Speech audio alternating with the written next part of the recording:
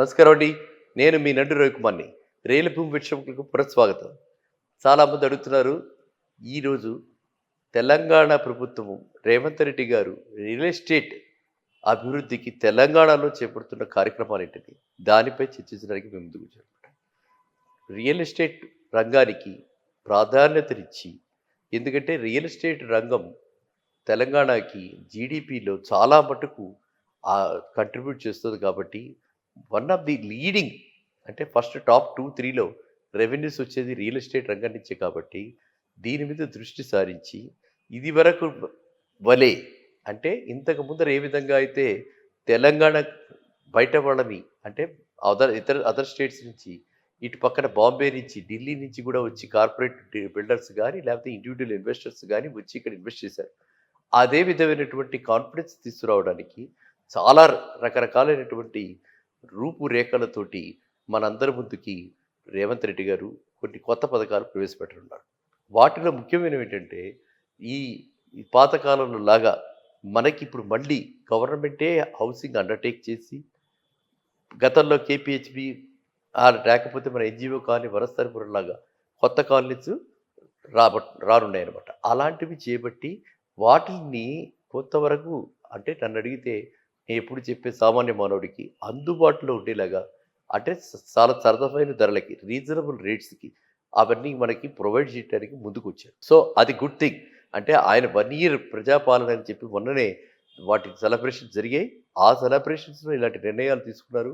అలాంటివన్నీ కూడా పర్యవేక్షించి వాటి అన్నిటి మీద కూడా సమగ్ర రిపోర్ట్ దర్యాప్తులాగా సమగ్ర రిపోర్ట్ దీని మీద ఎంక్వైరీ చేసి అన్ని వర్గాలని తీసుకుని, అన్ని వర్గాల ఒపీనియన్ తీసుకుని డిసెంబర్ 31 కల్లా పూర్తిగా రిపోర్ట్ ఇవ్వమని చెప్పి కూడా జరగటం జరిగింది. అయితే ఇప్పుడు హైటెక్స్‌లో జరుగుతున్నటువంటి ప్రోగ్రామ్స్, మొన్న నోటల్లో జరిగిన ప్రోగ్రామ్‌లో అన్నింటిలో కూడా ఆయన చురుగ్గా పాల్గొని రేవంత్ రెడ్డి గారు ప్రతి వారికి కూడా భరోసా ఇవ్వటం జరిగింది. రాబోయే కాలంలో పూర్తిగా transparency and fast disposal of files and fast disposal of files through a portal అంటే మనందరికీ కూడా పబ్లిక్‌లో ఒక రకంగా చెప్పాలంటే అందరికీ కూడా పారదర్శకతతోటి కూడినటువంటి రూపురేఖలు ఆయన అంటే ఆ విధమైన రూల్స్ తోటి రాబోతున్నట్టుగా కూడా చెప్పడం జరిగింది. కాబట్టి అందరూ కూడా దీన్ని ప్రతి వాళ్ళు కూడా గుర్తుంచుకోవాల్సింది ఏంటంటే ఎప్పుడైతే గవర్నమెంట్ అనుకుంటుందో అంటే రాజు తలుచుకుంటే కొరడా దెబ్బలు తక్కువేంటని ఎప్పుడైతే గవర్నమెంట్ అనుకుంటుందో nothing stops. Nothing stops. So, మనం కూడా ఇలాంటి అవకాశాన్ని ఎందుకంటే ఇప్పుడున్నటువంటి ఈ పరిస్థితులు అంటే రిపీటెడ్‌గా చెప్తున్నా లాస్ట్ 1 ఇయర్‌లో మనకి చాలా, చాలా, చాలా మందకొడిగా సాగుతున్నాయి. ఇక్కడ ట్రాన్సాక్షన్స్ చాలా మందకొడిగా సాగుతున్నాయి. మొన్ననే నేను రిపోర్ట్ చూడటం జరిగింది. ఒక ఎనరాక్ ప్రాపర్టీస్ వాళ్ళు ఒక పెద్ద రిపోర్ట్ ఇచ్చారు. టైమ్స్ ఆఫ్ ఇండియాలో పబ్లిష్ అయింది. మీరంతా కూడా చూసుండొచ్చు. 19 మంత్స్ అంటే వరస్ట్ తెలంగాణలో 19 మంత్స్ గత దశాబ్దంలో ఎప్పుడూ లేనటువంటిది ఓవర్ హ్యాంగ్ అంటే సప్లై అంత ఎక్కువగా ఉంది. అన్‌సోల్డ్ ఇన్వెంటరీ అంత ఎక్కువగా ఉందని చెప్పి ఆ రిపోర్ట్‌లో మనకి చెప్పడం జరిగింది. So, that means what? So, ఇక్కడ మనము గవర్నమెంట్‌కు ఇది ఫోర్స్‌డ్ నౌ. ఇది ఏదో ఒక విధంగా రెవెన్యూ జనరేషన్‌కి ఇక్కడికి మనం కొనుక్కుంటే స్టాంప్ డ్యూటీ వస్తుంది గవర్నమెంట్‌కి. మనం కొనుక్కుంటేనే మళ్ళీ బిల్డర్‌కి కొత్త ప్రాసెస్ వస్తాయి. కాబట్టి ఈ పరిస్థితుల్లో by force, by compulsion at least ఇప్పుడు 1 ఇయర్ అయిపోయింది. అన్నీ చేయటం అయిపోయింది. రకరకాల హైడ్రా రూపొందింది. హైడ్రా చాలా మటుకు డిమాలిషన్స్ చేసింది. ఇప్పుడు హైడ్రా వాటర్ బాడీస్ పక్కనే కాకుండా illegal constructions, illegal establishments, commercial places establishments in residential areas ఇట్లాంటి వాటి మీద కూడా దృష్టి సారించి మణికొండలో నిన్న మొన్న కూడా జరిగాయి. కాబట్టి ఇప్పుడేంటంటే మనకి ఆ దూకుడు వ్యవహారము అన్నది ఎవరి మీద ఆ పంజా ఎవరి మీద పడుతుంది అంటే ఎవరైతే రూల్స్‌ని అతిక్రమించారో వగు అంటే మనకి మామూలుగా రెసిడెన్షియల్ టవర్స్ కింద తీసుకుంటే ఒక ఛార్జ్ ఉంటుంది. కమర్షియల్‌గా తీసుకుంటే ఇంకో ఛార్జ్ ఉంటుంది.